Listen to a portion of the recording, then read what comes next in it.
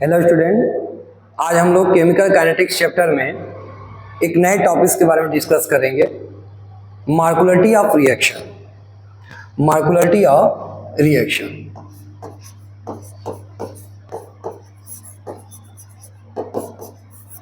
Molecularity of reaction. देखिए, molecularity of reaction क्या होता है? हम बोलते हैं कि the number of reacting species collide with each other in elementary reaction. अगर कोई रिएक्शन एलिमेंट्री रिएक्शन है, एलिमेंट्री रिएक्शन मतलब ऐसा रिएक्शन जो सिंगल स्टेप में क्या हो जाता है, कंप्लीट हो जाता है। तो ऐसे रिएक्शन जो सिंगल स्टेप में कंप्लीट हो जाते हैं उनको बोलते हैं हम लोग क्या है, एलिमेंट्री रिएक्शन। तो एलिमेंट्री रिएक्शन में कितने नंबर ऑफ रिएक्टिंग स्पीशीज आपस में एक दूसरे के साथ क्या कर रहे हैं, कोलाइड कर रहे हैं, उसी को हम उस रिएक्शन की क्या बोलते हैं, मॉलिक्यूलरिटी ऑफ रिएक्शन बोलते हैं। तो हम बोलते हैं कि the number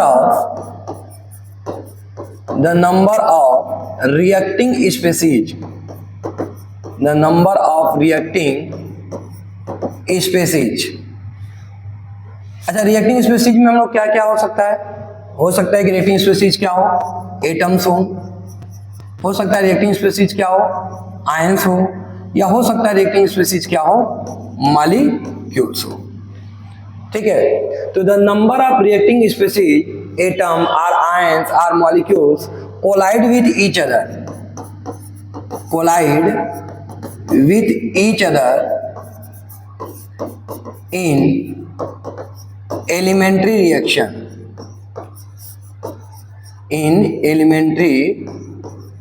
reaction called as molecularity of reaction, called as molecularity of reaction। हम उस रिएक्शन की क्या बोलते हैं, मॉलिक्यूलरिटी बोलते हैं। ठीक है, तो कितने रिएक्टिंग स्पीशीज एलिमेंट्री रिएक्शन में एक दूसरे के साथ कोलाइड किए, वही उस रिएक्शन की क्या बोलते हैं, मॉलिक्यूलरिटी ऑफ रिएक्शन बोलते हैं। ठीक है स्टूडेंट, मतलब अगर दो मॉलिक्यूल कोलाइड कर रहे हैं एलिमेंट्री रिएक्शन में, तो हम बोलते हैं उस रिएक्शन की मॉलिक्यूलरिटी कितनी है, 2 है। अगर 3 मॉलिक्यूल आपस में कोलाइड कर रहे हैं एलिमेंट्री रिएक्शन में, तो हम बोलते हैं उस रिएक्शन की मॉलिक्यूलरिटी क्या है, 3 है। तो कितने number of reacting species collide कर रहे हैं एक दूसरे के साथ एलिमेंट्री रिएक्शन में, उसको बोलते हैं हम लोग क्या है, मॉलिक्यूलरिटी ऑफ रिएक्शन। किस रिएक्शन में, एलिमेंट्री रिएक्शन में। कंसंट्रेट करेंगे student, elementary reaction. Elementary reaction मतलब कि 2 reaction which are completed in the single step. ऐसा रिएक्शन जो सिंगल स्टेप में ही क्या हो जाए, कंप्लीट हो जाए, उसको बोलते हैं हम लोग एलिमेंट्री रिएक्शन। और कोई ऐसा रिएक्शन है जो 2 या 2 से ज्यादा स्टेप में कंप्लीट होता है, तो उसको हम लोग बोलते क्या है, कॉम्प्लेक्स रिएक्शन बोलते हैं। तो those reaction which completed in the single step called as elementary reaction, and those reaction which completed into 2 or more than 2 step called as complex reaction. तो यहाँ पर हम बात जो कर रहे हैं, किसकी बात कर रहे हैं, एलिमेंट्री रिएक्शन की, जो सिंगल स्टेप में कंप्लीट हो जा रहा है। तो उस एलिमेंट्री रिएक्शन में कितने नंबर ऑफ रिएक्टिंग स्पीशीज क्या कर रहे हैं, कोलाइड कर रहे हैं, उसी को उस रिएक्शन की क्या बोलते हैं, मॉलिक्यूलरिटी ऑफ रिएक्शन बोलते हैं। स्टूडेंट, जैसे एग्जांपल में अगर हम लेते हैं NH4NO2, ठीक है, NH4NO2। अगर NH4NO2 का केस देखें तो ये रिएक्शन में क्या होता है, N2 गैस बनता है और प्लस यहाँ पे क्या है, H2O मॉलिक्यूल बनता है। ठीक है, तो यहाँ पे N2 हो गया और यहाँ पे ये क्या हो गया, 2H2O मॉलिक्यूल। तो यहाँ पे कितने मॉलिक्यूल यूज हो रहे हैं इस रिएक्शन में, इस एलिमेंट्री रिएक्शन में कितने मॉलिक्यूल यूज हो रहे हैं, 1। इसलिए इस रिएक्शन की मॉलिक्यूलरिटी क्या कहलाएगी, 1। हम बोलेंगे this is the unimolecular chemical reaction. ये क्या है, यूनिमॉलिक्यूलर केमिकल रिएक्शन है। क्योंकि देखिए यहाँ पे इस रिएक्शन में कितने मॉलिक्यूल्स यूज हो रहे हैं, 1 मॉलिक्यूल यूज हो रहा है। ऐसे ही अगर मैं बात करूं कि HT2HI dissociate to form H2 plus I2। यहाँ देखिए 2 HI हैं, 2 HI के मॉलिक्यूल हैं, कोलाइड कर रहे हैं और कोलाइड करके H2 और I2 मॉलिक्यूल का क्या कर रहे हैं, फॉर्मेशन कर रहे हैं। तो देखिए इस रिएक्शन में कितने मॉलिक्यूल यूज हो रहे हैं HI के, 2। इट मीन्स दैट कि दिस रिएक्शन का जो मॉलिक्यूलरिटी होगा वो 2 होगा, और ऐसे रिएक्शन को हम लोग क्या बोलते हैं, बाई मॉलिक्यूलर केमिकल रिएक्शन।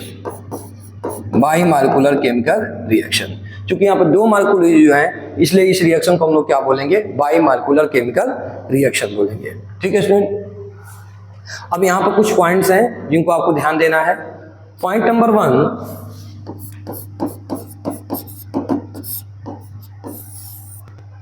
कि molecularity of reaction is the totally theoretical concept. ये टोटली कैसा कंसेप्ट होता है, थ्योरेटिकली कंसेप्ट होता है। जबकि वहीं ऑर्डर ऑफ रिएक्शन कैसा कंसेप्ट था, एक्सपेरिमेंटल कंसेप्ट था। और मालिकुलरिटी ऑफ रिएक्शन कैसा कंसेप्ट होता है, थ्योरेटिकल कंसेप्ट होता है। तो हम बोलते हैं कि it is totally theoretical concept. तो मालिकुलरिटी ऑफ रिएक्शन टोटली कैसा कंसेप्ट है, थ्योरेटिकल कंसेप्ट है। Point number 2, it is always positive value, it never be negative, zero and fractional. ध्यान दीजिए स्टूडेंट कि मालिकुलरिटी ऑफ रिएक्शन, किसी भी रिएक्शन की जो मालिकुलरिटी होती है उसकी वैल्यू हमेशा पॉजिटिव होती है। यह कभी नेगेटिव नहीं हो सकती, कभी जीरो नहीं हो सकती, कभी फ्रैक्शन नहीं हो सकती।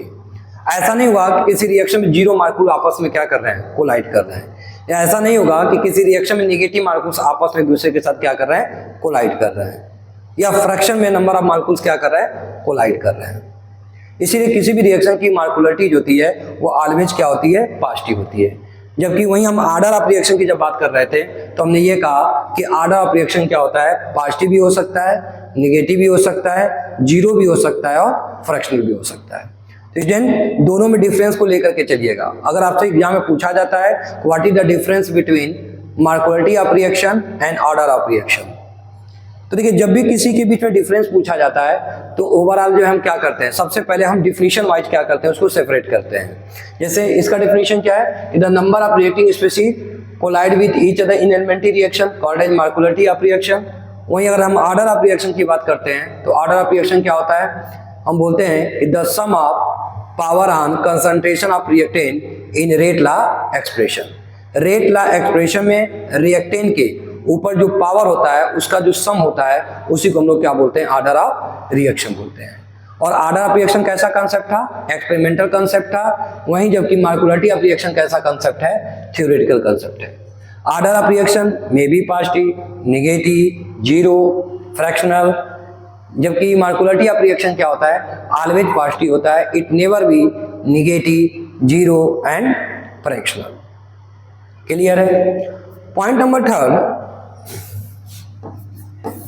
कि इन एलिमेंट्री रिएक्शन, अगर रिएक्शन एलिमेंट्री है, in elementary reaction molecularity of reaction, molecularity of reaction and order of reaction are same, are same. अगर कोई रिएक्शन एलिमेंट्री रिएक्शन है तो उस एलिमेंट्री रिएक्शन में क्या होता है कि जो उस रिएक्शन की मालिकुलरिटी होती है वही उस रिएक्शन की क्या होती है, ऑर्डर ऑफ रिएक्शन भी होता है। मतलब मालिकुलरिटी ऑफ रिएक्शन और ऑर्डर ऑफ रिएक्शन दोनों क्या होता है, सेम होता है। किस केस के लिए, एलिमेंट्री रिएक्शन के लिए। तो अगर एलिमेंट्री रिएक्शन है तो एलिमेंट्री रिएक्शन में किसी रिएक्शन की मालिकुलरिटी ऑफ रिएक्शन और ऑर्डर ऑफ रिएक्शन दोनों की वैल्यू क्या होती है, सेम होती है। जैसे अगर मैं बात करता हूँ इस रिएक्शन की, ठीक है, तो इस रिएक्शन को, अगर इस रिएक्शन के लिए हम रेट लॉ एक्सप्रेशन लिखे तो हम क्या ले सकते हैं, R इक्वल टू के NH4 NO2 अब पावर क्या है 1। तो देखिए इस रिएक्शन का ऑर्डर ऑफ रिएक्शन कितना है, 1 है, और मालिकुलरिटी ऑफ रिएक्शन भी क्या है, 1 है। अगर हम इसके लिए लिखें तो हम लिख सकते हैं R इक्वल टू के HI पावर 2। देखिए इस रिएक्शन का ऑर्डर ऑफ रिएक्शन कितना है, 2 है, और इसकी मालिकुलरिटी ऑफ रिएक्शन भी कितनी है, 2 है। तो अगर रिएक्शन एलिमेंट्री रिएक्शन है तो एलिमेंट्री रिएक्शन में ऑर्डर ऑफ रिएक्शन और मालिकुलरिटी ऑफ रिएक्शन दोनों की वैल्यू क्या होती है, सेम होती है। ठीक है। नेक्स्ट पॉइंट नंबर 4, अगर फोर्थ पॉइंट की हम बात करें यहां पे, तो देखिए overall molecularity of reaction is meaningless. Overall molecularity of reaction कुछ नहीं होता। ऐसा नहीं होता कि कोई रिएक्शन कॉम्प्लेक्स रिएक्शन है तो मान लीजिए कि उसके पहले स्टेप की मार्कोलिटी 1 आ गई, दूसरे स्टेप की मार्कोलिटी 2 आ गई, तीसरे स्टेप की मार्कोलिटी 4 आ गई, तो आप तीनों को क्या कर देंगे, ऐड कर देंगे, 4 + 3 + 1 8। सर उस रिएक्शन की मार्कोलिटी 8 है। नहीं, overall molecularity of reaction is meaningless, इसका कोई मीनिंग नहीं होता है। ठीक है, overall molecularity of reaction is meaningless. Overall molecularity of reaction कुछ नहीं होता है। ठीक है, ओवरऑल मार्कोलिटी ऑफ रिएक्शन का कोई मीनिंग नहीं होता है। ठीक है, पॉइंट नंबर 5, अगर 5th पॉइंट की बात करते हैं तो देखिए एक स्टूडेंट मार्कोलिटी ऑफ रिएक्शन मैक्सिमम 3 होता है, 3 से ज़्यादा मार्कोलिटी ऑफ रिएक्शन आता ही नहीं है किसी भी रिएक्शन के लिए। तो the maximum molecularity of reaction, the maximum value of molecularity of reaction is 3 होता है, 3 से ज्यादा नहीं होता है। क्योंकि एक्चुअली होता क्या है कि कभी भी ऐसा चांस नहीं बनता है कि 3 से ज्यादा मार्कुल एक साथ एक ही समय आकर के क्या करें, एक दूसरे के साथ कोलाइड करें। ठीक है, ऐसा कंडीशन बन नहीं पाता है कि 3 मार्कुल से ज्यादा एक साथ एक ही समय, ठीक है, आपस में एक दूसरे के साथ क्या करें, कोलाइड करें। तो यही रीजन होता है कि किसी भी रिएक्शन की जो मार्कोलिटी ऑफ रिएक्शन होती है वो 3 से ज़्यादा नहीं होती है। मैक्सिमम कितनी होती है, 3 होती है। ठीक है, तो ये बात होगी किसकी, मार्कोलिटी ऑफ रिएक्शन की। क्लियर है? तो क्या क्या मैंने बोला कि मार्कोलिटी ऑफ रिएक्शन क्या होता है, the number of reacting species collide with each other in elementary reaction called as molecularity of reaction. It is totally theoretical concept. It is always positive, it never be negative, zero or fractional. In elementary reaction, markotility of reaction is similar to order of reaction. Overall markotility of reaction is meaningless. Overall markotility of reaction कुछ नहीं होता। और मैं किसी भी reaction के लिए अगर मैक्सिमम मार्कोलिटी ऑफ रिएक्शन जो आ सकती है वो कितनी आती है, 3, क्योंकि 3 से ज़्यादा मार्कोल का एक साथ एक ही टाइम पे कोलिजन होना का चांस नेग्लिजिबल होता है। क्लियर है? It's okay. इसके बाद से नेक्स्ट टॉपिक हमारा आता है pseudo order reaction. Pseudo first order reaction. देखिए सूडो फर्स्ट ऑर्डर रिएक्शन क्या होता है, pseudo first order of reaction. Pseudo first order of reaction. देखो सूडो का मतलब क्या होता है, पहला चीज सूडो वर्ड हम यूज करते हैं फॉल्स के लिए। सूडो का मतलब होता है फॉल्स, मतलब जो है, जो दिख रहा है एक्चुअल में वो है नहीं। जैसे बायोलॉजी के बच्चे पढ़ते हैं ना, अमीबा में सूडोपोडियम, उसमें कोई आर्गन नहीं होता है, लेकिन अकॉर्डिंग टू कंडीशन उसमें आर्गन क्या करता रहता है, वो अपना जनरेट करता रहता है। तो सूडो वर्ड कहीं भी आता है तो इसका मतलब क्या होता है, false. Pseudo first order reaction. तो सूडो फर्स्ट ऑर्डर रिएक्शन क्या होता है, तो हम बोलते हैं कि those chemical reaction which order of reaction is 1 but molecularity of reaction is more than 1। समझ में आ रहा है? हम बोलते हैं कि ऐसा केमिकल रिएक्शन जिस रिएक्शन का ऑर्डर ऑफ रिएक्शन क्या होता है, 1 होता है, बट मार्कोलिटी ऑफ रिएक्शन क्या होता है, मोर देन 1 होता है। तो ऐसे रिएक्शन को हम लोग क्या बोलते हैं, सूडो फर्स्ट ऑर्डर रिएक्शन बोलते हैं। ठीक है, तो सूडो फर्स्ट ऑर्डर रिएक्शन क्या होता है, तो हम बोलते हैं कि those chemical reaction which order of reaction is 1, which order of reaction is 1 but markotility of reaction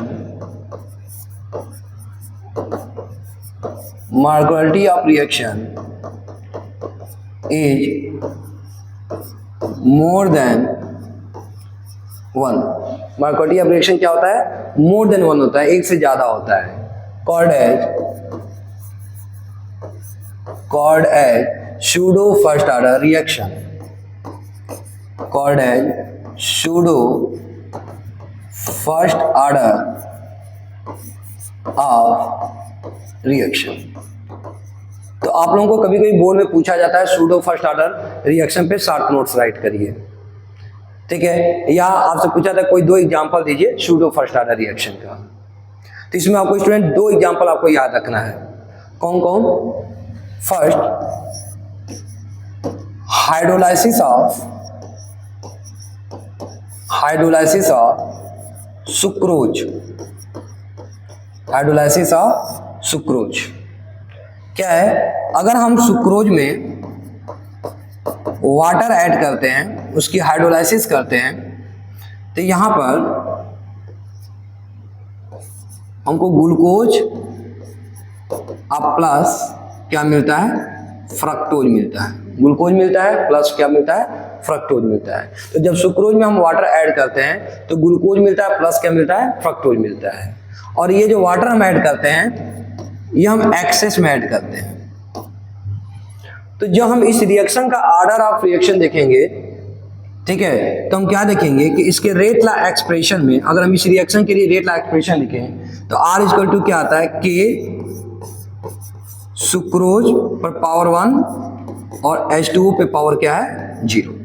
मतलब हमने प्रैक्टिकली क्या ऑब्जर्व किया कि सुक्रोज का अगर कंसंट्रेशन में क्या कर रहा हूँ, डबल कर रहा हूँ, तो रेट क्या हो जा रहा है, डबल हो जा रहा है। सुक्रोज का कंसंट्रेशन हाफ कर रहा हूँ तो रेट भी क्या हो जा रहा है, हाफ हो जा रहा है। लेकिन वाटर का मैं कंसंट्रेशन बढ़ा रहा हूँ या वाटर का कंसंट्रेशन क्या कर रहा हूँ, मैं घटा रहा हूँ, तो हम क्या देख रहे हैं कि वाटर के कंसंट्रेशन पे इस रिएक्शन का रेट डिपेंड नहीं कर रहा है। इसका मतलब वाटर पे पावर क्या है, 0 है, और सुक्रोज के डायरेक्टली प्रोपोर्शनल है, इसका मतलब पावर क्या है, 1 है। तो अगर हम इस रिएक्शन के लिए रेट लॉ एक्सप्रेशन लिखें और यहां पर चेक करें इस रिएक्शन का ऑर्डर ऑफ रिएक्शन, तो देखिए इस रिएक्शन का ऑर्डर ऑफ रिएक्शन कितना आ रहा है। तो हम ऑर्डर ऑफ रिएक्शन क्या होता है कि अगर हम किसी भी रिएक्शन के लिए रेट लॉ एक्सप्रेशन लिखें और उस रेट लॉ एक्सप्रेशन में रिएक्टेंट के ऊपर जो पावर होता है उस पावर को क्या करें, ऐड करें। यहाँ पावर को हमने ऐड किया, 1 + 0 = 1। ये उसका क्या बताता है, ऑर्डर ऑफ रिएक्शन बताता है। तो इसका मतलब इस रिएक्शन का ऑर्डर ऑफ रिएक्शन क्या है, 1 है, मतलब फर्स्ट ऑर्डर ऑफ रिएक्शन है। और अगर इस रिएक्शन की मार्कुलरिटी देखें, मार्कुलरिटी ऑफ रिएक्शन देखें, तो यहाँ कितने मार्कुल एक कोलाइड कर रहे हैं, तो सुक्रोज के मार्कुल और वाटर के मार्कुल, तो इसकी मार्कुलरिटी कितनी हो गई, 2। तो इस रिएक्शन का ऑर्डर ऑफ रिएक्शन क्या दिखाई दे रहा है, फर्स्ट ऑर्डर रिएक्शन दिखाई दे रहा है, जबकि मार्कुलरिटी ऑफ रिएक्शन क्या है, 2 है। और ऐसा केमिकल रिएक्शन जिसका ऑर्डर ऑफ रिएक्शन 1 हो और मार्कुलरिटी ऑफ रिएक्शन क्या हो, मोर देन 1 हो, such chemical reaction is called as pseudo first order reaction. इसका मतलब ये रिएक्शन क्या है, सूडो फर्स्ट ऑर्डर रिएक्शन। वहीं अगर हम सेकेंड एग्जांपल की बात करें, हाइड्रोलाइसिस ऑफ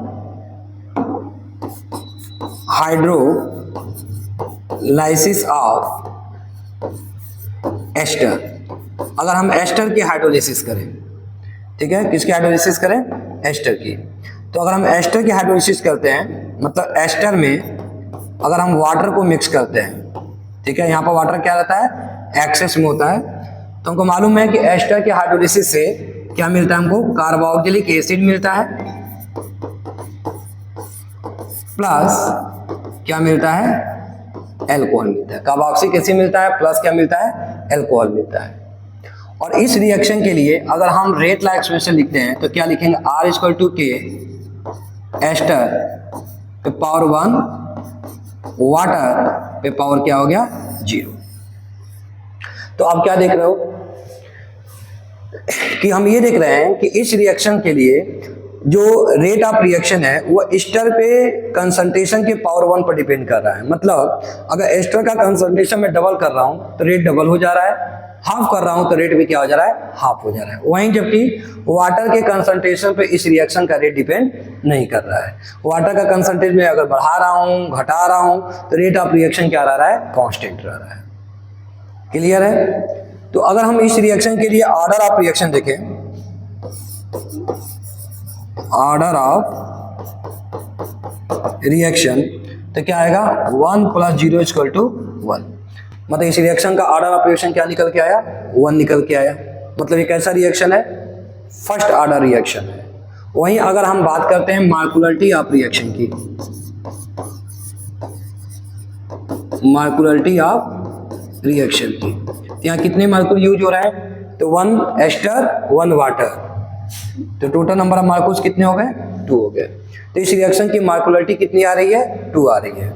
तो अगर इस रिएक्शन की मॉलिक्यूलरिटी 2 आ रही है, इसका मतलब ये कैसा रिएक्शन है, बाइमॉलिक्यूलर रिएक्शन है। ठीक है, तो ऑर्डर ऑफ रिएक्शन 1 आ रहा है, first order reaction, molecularity of reaction 2 आ रहा है, मतलब बाइमॉलिक्यूलर रिएक्शन। और ऐसा केमिकल रिएक्शन जिस रिएक्शन का ऑर्डर ऑफ रिएक्शन क्या हो, 1 हो, और मॉलिक्यूलरिटी ऑफ रिएक्शन क्या हो, मोर देन 1 हो, such reaction is called as pseudo first order reaction. तो ऐसे केमिकल रिएक्शन को हम लोग क्या बोलते हैं, सूडो फर्स्ट ऑर्डर रिएक्शन बोलते हैं। ठीक है, तो याद रखिएगा कि those chemical reaction which order of reaction is 1 but molecularity of reaction is more than 1 called as pseudo first order reaction. और यहाँ पर 2 एग्जांपल आपको याद रखना है, क्या क्या, हाइड्रोलिसिस ऑफ सुक्रोज और हाइड्रोलिसिस ऑफ एस्टर। यहाँ पर फर्स्ट वाले में हाइड्रोलिसिस ऑफ सुक्रोज में रिएक्शन का रेट जो है वो सुक्रोज के कंसंट्रेशन पर डिपेंड कर रहा है, लेकिन वाटर के कंसंट्रेशन पर डिपेंड नहीं कर रहा है, क्योंकि वाटर को आपने क्या लिया है, एक्सेस में लिया है। तो जब किसी चीज को हम एक्सेस में लेते हैं तो उस केस में रिएक्शन का जो रेट है उस रिएक्टेंट के कंसंट्रेशन पर डिपेंड नहीं करता, क्योंकि ऑलरेडी वो एक्सेस में है। याद होगा हम लोग पढ़े हुए हैं क्लास 11th में some basic concept of chemistry, और उसमें एक टॉपिक हमने पढ़ा था लिमिटिंग रिएजेंट। लिमिटिंग रिएजेंट क्या होता है, हम बोलते हैं कि दो reagent which is firstly consume in the chemical reaction, वह रिएजेंट जो पहले ही केमिकल रिएक्शन में क्या हो जाए, कंज्यूम होता है, उसी को बोलते हैं हम लोग क्या है, लिमिटिंग रिएजेंट। तो जब और जो बचा हुआ पार्ट है वो क्या होगा, एक्सेस रिएजेंट कहलाता है। अब चूंकि क्या है कि वाटर यहाँ पे एक्सेस में है और सुक्रोज आपका क्या है, सुक्रोज आपका लिमिटेड में है, तो जैसे ही सुक्रोज हमारा समाप्त हो जाएगा तो क्या हम हाइड्रोलिसिस किसका करेंगे, तो सुक्रोज के समाप्त होते ही हाइड्रोलिसिस प्रोसेस क्या हो जाएगा, स्टॉप हो जाएगा। इट मीन्स दैट कि यहाँ पर रिएक्शन का रेट जो है वो सिर्फ सुक्रोज के कंसंट्रेशन पर डिपेंड कर रहा है, ना कि वाटर के कंसंट्रेशन पर डिपेंड कर रहा है। सेम वे में अगर हम बात करते हैं हाइड्रोलिसिस ऑफ एस्टर की, तो हाइड्रोलिसिस ऑफ एस्टर के केस में क्या है कि वाटर को आपने यहाँ पर भी एक्सेस में लिया है, तो जब हम एस्टर की हाइड्रोलिसिस कराएंगे तो यहाँ पर एस्टर क्या है, लिमिटेड अमाउंट में है, लिमिटिंग रीजन के फॉर्म में है, और वाटर हमारा एक्सेस रिएजेंट के फॉर्म में है। तो जैसे ही हमारा एस्टर कंज्यूम हो जाएगा, एस्टर कंप्लीट एस्टर की क्या हो जाएगी, हाइड्रोलिसिस हो जाएगी, तो फिर हाइड्रोलिसिस प्रोसेस क्या हो जाएगा, स्टॉप हो जाएगा। मतलब उस केस में हमारा रिएक्शन का रेट जो है वो सिर्फ और सिर्फ किस पर डिपेंड करेगा, एस्टर के कंसंट्रेशन पर डिपेंड करेगा, न कि वाटर के कंसंट्रेशन पर डिपेंड करेगा। ठीक है, तो ये हमारा हो गया pseudo first order reaction. Next lecture में हम बात करेंगे order of reaction, integrated rate of equation के लिए, और हाफ लाइफ टाइम क्या होता है, उनके लिए ग्राफ क्या होता है, और प्लस उस ग्राफ के लिए फर्स्ट ऑर्डर, जीरो ऑर्डर के लिए स्लोप क्या आता है। ठीक है, तो इसके बारे में हम लोग डिस्कस करेंगे, नोट कर लीजिए। Thank you.